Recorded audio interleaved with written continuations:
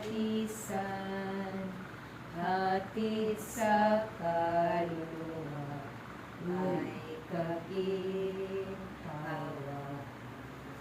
sa tumpak na landas. Siya ang patnubay. Hallelujah, Jerusalema, Narjin, Hallelujah, Lema, Ema,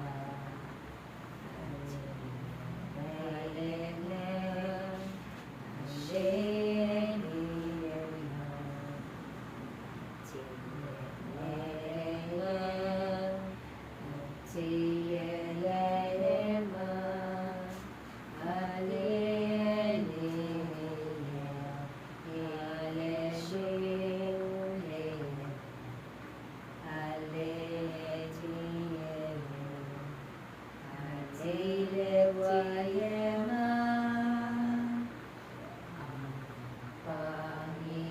Panginoon ang aking Pasko, ginhawa ako,